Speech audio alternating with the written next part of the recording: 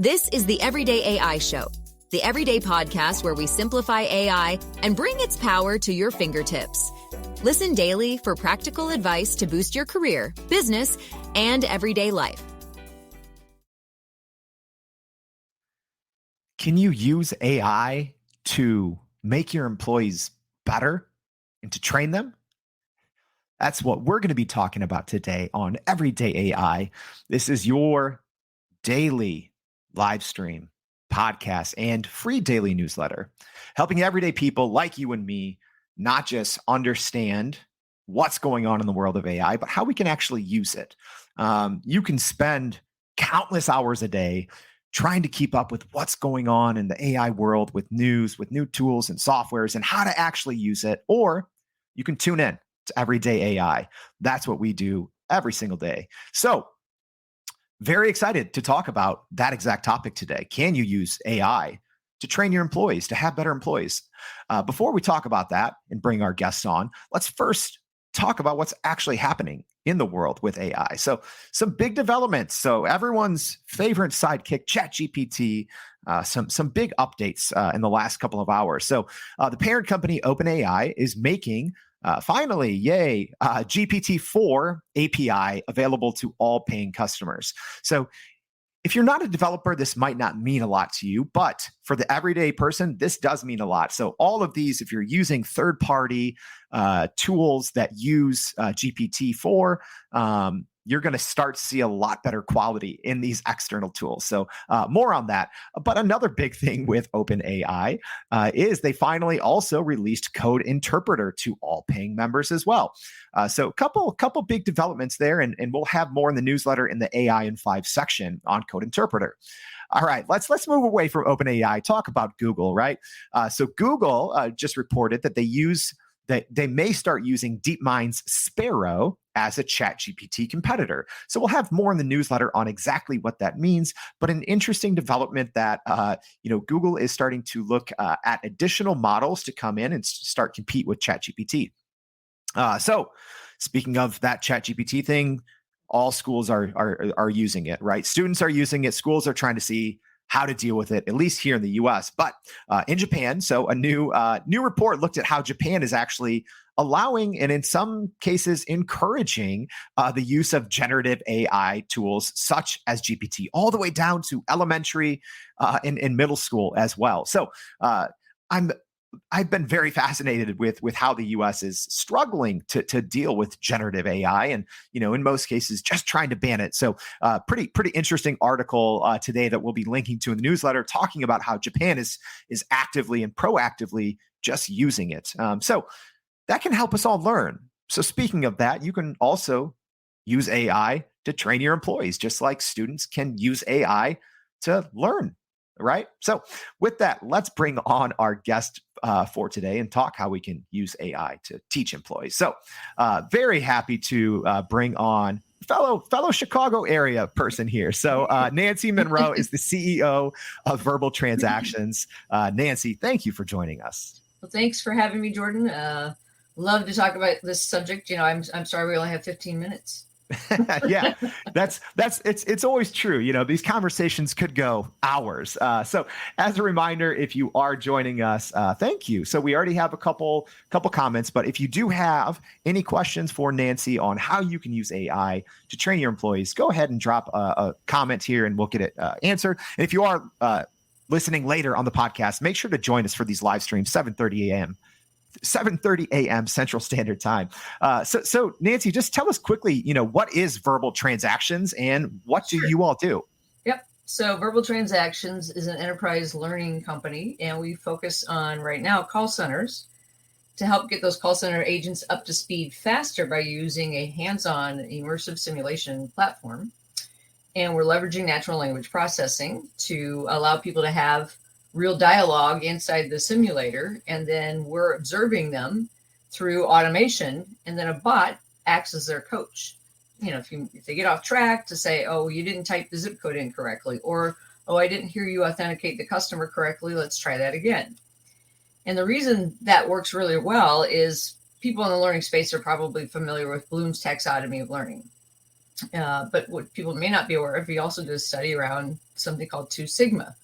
He wanted to know what is the best way, best environment to teach someone how to learn something.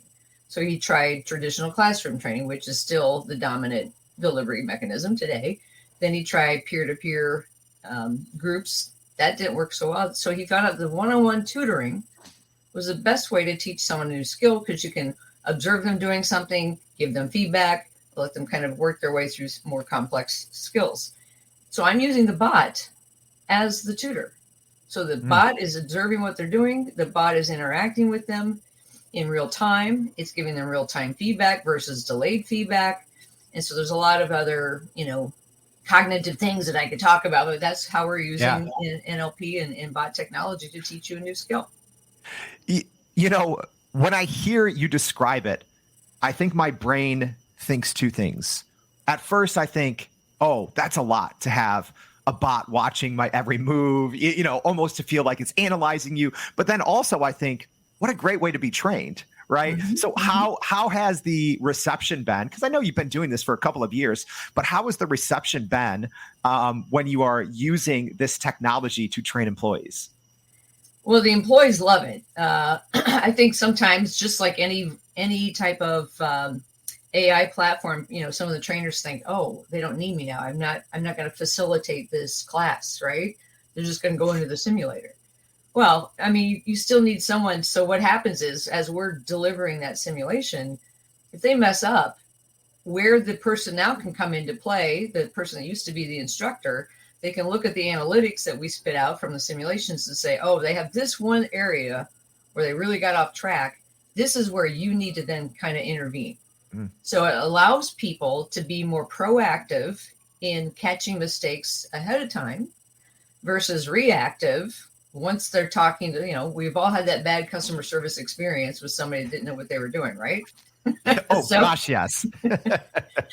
and statistics show that 70% of the time you leave a brand, it's because you had a poor customer service experience. Mm. And you're having those poor customer service experiences is because there's 40% turnover in call centers. Yeah. So let's fix that problem. Pre-show, you kind of said it's flight simulator for call centers, right?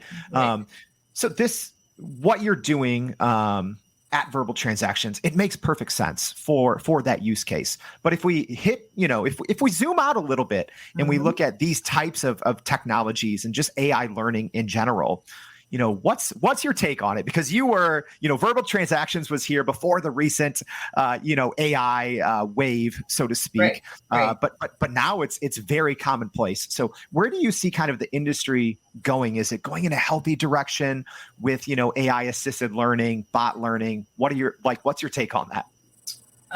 Here's how I described it in a recent. So you think of structured data. You've got your HR records. You've got your tests and assessments, all that structured data. You've got, let's say it's a tech support agent. You've got how well they can handle tickets, right?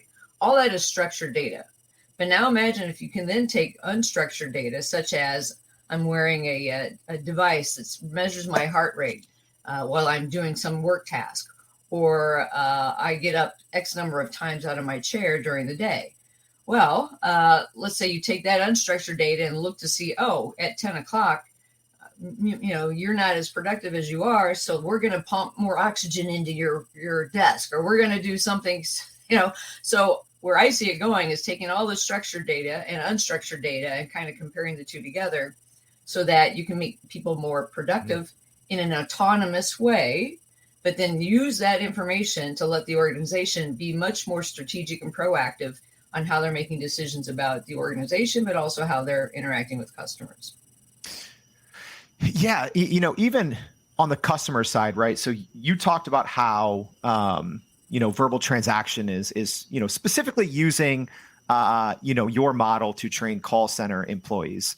For the rest of us, right, I think we're going to start to see a lot more interaction with bots everywhere in general. So with your background with natural language processing and NLP, what should we as the everyday consumers on the internet, everywhere else, are we just going to be talking to only bots pretty soon?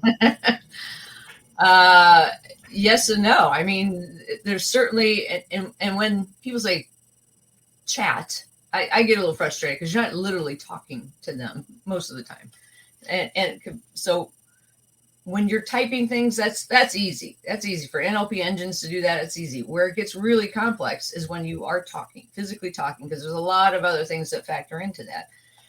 But to your point, talking is the most natural thing in the world, right? And so I want to get to the point where in the enterprise, the consumer products, they've nailed this. We talk to our thermometers, we talk to our cars, we talk to, we have, I always say the lady in the car is telling me where to go. She knows it. My husband doesn't trust those things. So I'm like, the lady knows, right? so in the enterprise, we've got to cross that hurdle. But there's a lot of other complexities around the enterprise. Now everybody has a microphone. They didn't always have a microphone accessible to them, but because of COVID, everybody has a microphone and a camera now, right? So that's making my job a little bit easier. But just imagine, let's say I have Salesforce and I'm not at my quota and it's halfway through the month and I'm not halfway there.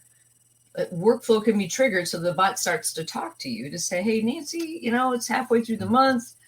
You're not where you need to be. I see you've made X number of phone calls because you can read that structured data. I've seen you send X some emails out and the blah, blah, blah, right? And you haven't sent too many proposals out. Let's go back and let's see if we can help you figure this out. So it helps automate the observation again of somebody's work task. Yeah. But you think of all the cameras that are around places today, those cameras are observing people. Are you bending the right way when you're picking up a box in a warehouse? So cameras and AI are going to help with some of those things too. Yeah. Wow. I just thought of so many different ways, right? That AI can be used to teach new employee skills or just to, prevent accidents and all of those things. So we actually have some very specific questions. Sometimes on the show, we get general questions. We have a very specific one from Aman. So hopefully you can take this one here, Nancy, because I can't. So asking, how can AI be leveraged to identify skill gaps in an organization and recommend targeted learning? Yes. Okay. So done. in our simulator, we're tracking. Did they express empathy at the right time? Did they type the zip code in accurately on the first attempt? And so our software spits out in very plain English, did this correctly or didn't do this correctly. And so we're identifying those skill gaps in real time so that you can coach them immediately and be proactive versus there's this measurement of learning. There's 4 levels to it. And most organizations are using it, but you can't get to a level 4 or level 5 for months down the road sometimes. This accelerates the rate in which you can capture those skill gaps in hours versus days. And so that's, again, why aren't companies using technologies like this that are available? Because they've all got locked into something called SCORM-based learning, which only tracks when somebody attended a class or when somebody logged into something online, when they completed it, and if they passed a test. That's it. Yeah. There's no scalable way to measure skill gaps, unlike our software. Yeah, and it's actually a great transition for this next question. So Rastafa asking, as we get more connected, should we be concerned of when systems go down or systems failures, right? So that's a great point, Nancy, right? Like if we are, whether it's for employee training, right? Teaching, teaching people new skills, if we become too reliant on AI, what happens, and we're not saying verbal transactions, but what happens if a system goes down for employee training or even if we're just using it? What's your thoughts? Right. No, we are so dependent on electricity. So I was on a panel the other day and somebody says, what can't you live without? Or, everybody's saying like some app or whatever. And mine is access to clean drinking water. Those things. Yeah. And the fact that, Ukraine's fighting these battles, hand-to-hand combat, which is ridiculous to me. There's so many ways that we could actually, destroy people, through water systems and things like that. So it is a real concern. You need to have some kind of backup plan in place. You need to get people, so they can learn independently somehow, give them access to some kind of other tools that they can manage that on their own if there are some kind of shutdowns like that, because it is a real threat. And you think about power outages, when Texas had that power outage and people were freezing in the middle of winter. These are very real problems. And the more we put into reliance on AI and bots and machines, there's a risk there. Absolutely. Sure. Yeah. It's something I'm constantly thinking about, because companies are, being a little quicker now, I think, to start using generative AI and to put it in every step of their business process. But then it's like, okay, if before, if Gmail went down or Outlook went down, that just impacted one part maybe of your operation, a big part.